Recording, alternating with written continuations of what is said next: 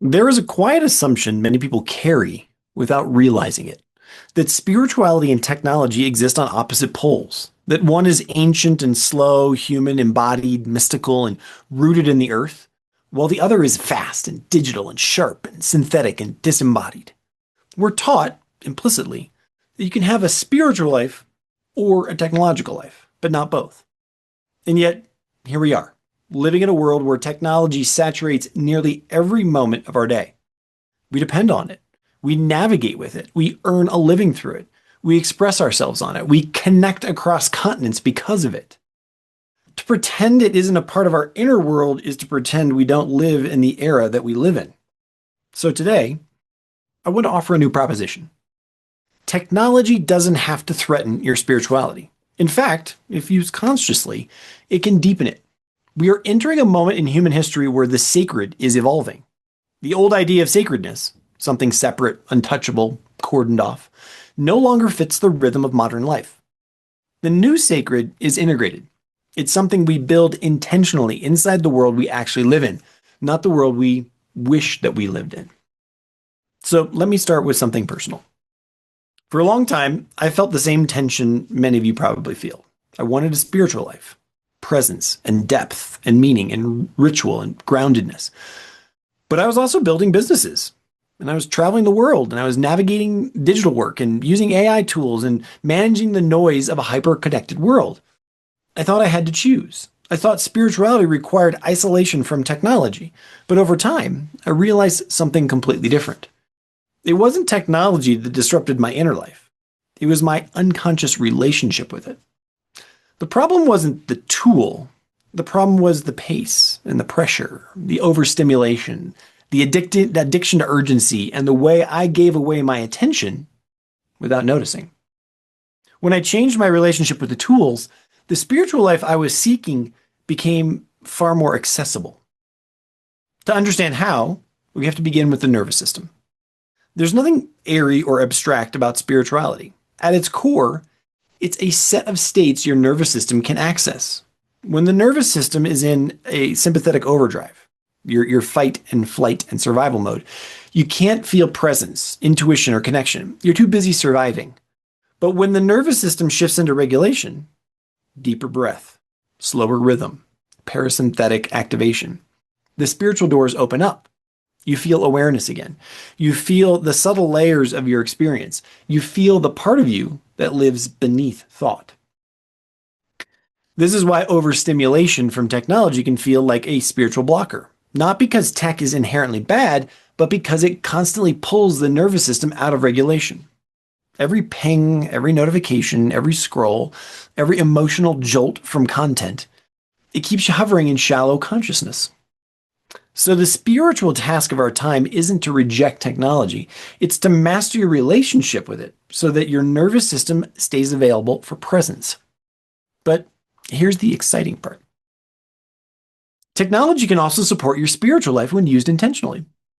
Artificial intelligence can help you track your patterns, reflect your inner narratives back to you, illuminate unconscious habits, organize your rituals, create spaces for growth, and free your time so that you have the spaciousness that spirituality thrives in.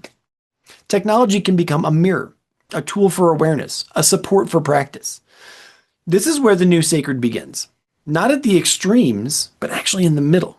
Not by fleeing technology, not by surrendering to it, but by integrating it into a conscious, human-centered life. The new sacred looks like designing your digital environment the same way you would design a meditation space, with intention and rhythm and boundaries and respect. It looks like treating your attention as a sacred resource instead of a commodity. It looks like using AI tools to create space in your day so you can spend more time in silence and nature and ritual embodiment, or whatever practices deepen your connection to yourself. It looks like letting your tools carry the weight of efficiency while you carry the weight of meaning. So let me paint a picture for you. There's a version of you that wakes up and reaches for your phone immediately, scrolls through messages, gets lost in headlines, jumps to the chaos of the world before your spirit has even taken its first full breath. That version of you spends the day reacting. Your nervous system never fully drops. Your attention is fragmented. The spiritual channel is blocked by noise. But there's another version of you. The one who wakes up slowly, who breathes before touching anything digital, who decides what kind of day you want to inhabit before the world tells you what kind of day it demands. That version of you uses technology, but with sovereignty. You check your tools when you choose to, not when they summon you. You let AI handle the parts of life that drain you so you can spend your energy on the parts that elevate you. You use your phone as a tool, not as a tether. And because of that, you begin to feel something open inside you.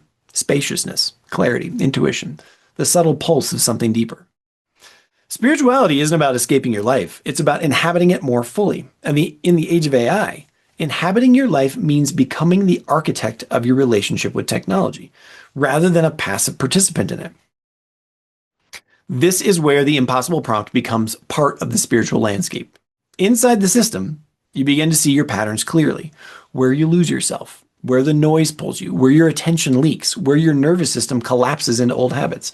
You start receiving prompts and reflections that help you to remember who you are beneath the stimulation.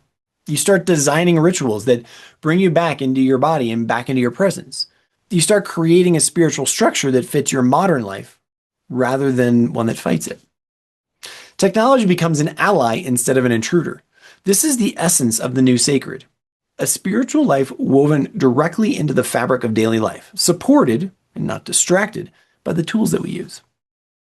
Now, if you're feeling something inside you shift right now, like a knowing or a curiosity or a spark of recognition, then you already know you're ready for this kind of integration. You're ready to design a spiritual life that includes technology instead of hiding from it. You're ready to become conscious in a world that tries to keep you unconscious. You're ready to reclaim your nervous system, your attention, and your inner life with the support of tools that make your outer life easier. And if that resonates with you, then I want you to take the next step with me.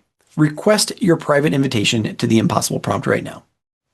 Because in an age where machines are everywhere, the most sacred thing that you can do is to learn how to remain fully and impossibly human.